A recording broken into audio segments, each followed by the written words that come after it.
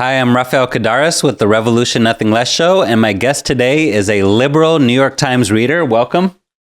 Hey, did you read this editorial in the New York Times?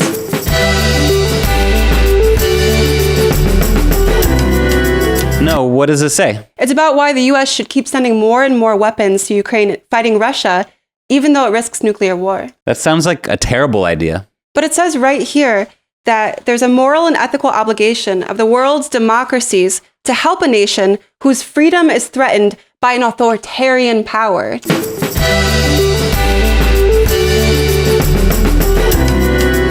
Oh, really? So are they advocating for the world's democracies to arm Palestinians against the fascist Israeli apartheid state, which has been brutally occupying Palestinian lands for decades? No, definitely not. Okay, so when they talk about authoritarian powers, they're just talking about America's enemies. Got it. Just whatever, don't worry about that. It says right here that national self-determination has long been a guiding principle of American foreign policy. Guiding principle of American foreign policy. You gotta be kidding me. Was national self-determination the guiding principle when the U.S. waged a war against Mexico and stole half the land? But how about when the U.S. colonized Hawaii, Puerto Rico, Cuba, and the Philippines and Guam? But what about when the CIA helped to overthrow popular leaders and governments in Iran, Guatemala, Congo, Indonesia, Chile, Honduras, and more? It doesn't seem like it, but... Or when the U.S. slaughtered millions in Korea, Vietnam, Iraq, and Afghanistan. Okay, I see what you mean. While they admit that this guiding principle hasn't been followed perfectly, they do write that Russians may argue that the United States is hardly the innocent in its global dealings, whether invading Iraq on false pretenses or covertly working to overthrow governments in, among others, Chile and Nicaragua. Certainly, there is much to criticize and debate in American foreign policy during and since the Cold War. Those things are not a matter of debate. They're a matter of fact. Okay, but the editorial still insists that America has this guiding principle of defending democracy and self-determination, and that's why we have to help Ukraine. That's why we have to help Ukraine. That's why we have to help Ukraine. Look, in order to help you understand the poisonous American chauvinist logic you're being indoctrinated with, let's go to some leaked footage we obtained from the New York Times editorial board.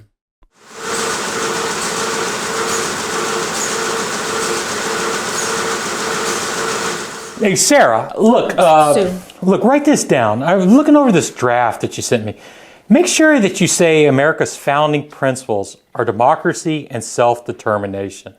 But what about slavery and genocide of the Native people? The discrimination, police murder, mass incarceration that still goes on? Just say we're moving towards a more perfect union. Just say we're moving towards a more perfect union. Perfect union. Perfect union. Look, we're moving there. I mean, yeah, we may carry out conquests, invasions, coups, and we may violently interfere in all sorts of countries around the world. Yeah, we intervene in Latin America like over 100 times. Yeah, you see, look, we do this for a greater purpose, or at least, in opposition to a greater evil. Look, we do this for a greater purpose, or at least, in opposition to a greater evil, greater evil, greater evil.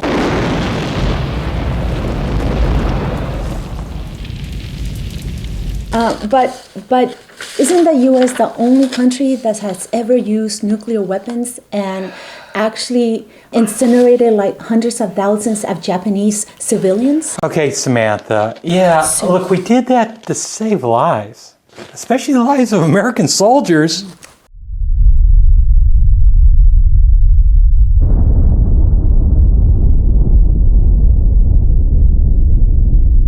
Look, we did that to save lives, especially the lives of American soldiers. American soldiers. American soldiers. Got it. I mean, I know there's this whole thing about we broke our promise to the Russians in the 90s not to expand NATO or militarily surround Russia. But, I mean... Isn't that one of the main reasons for this war? But, look, let's emphasize the fact that the people in those countries, they asked for NATO. All right, Sarah? Sounds fair and balanced to me.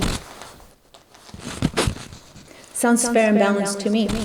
Sounds fair and balanced to me. You see what the New York Times is doing here?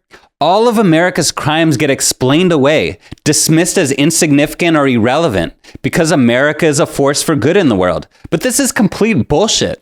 It's starting to sound like the guiding principle is imperialist domination and plunder. Exactly. And that's the same principle that's driving the proxy war the US is waging in Ukraine. Not helping the people there, but using them as cannon fodder against their Russian imperialist rivals. And liberal media like the New York Times is bamboozling you into going along with it. As Bob Avakian put it, the so-called free press in this country is nothing more than the propaganda instrument of the capitalist imperialist ruling class. It doesn't sound much different than the Kremlin propaganda that they are constantly denouncing. Go to revcom.us to get the truth about the war in Ukraine and the real interests of humanity.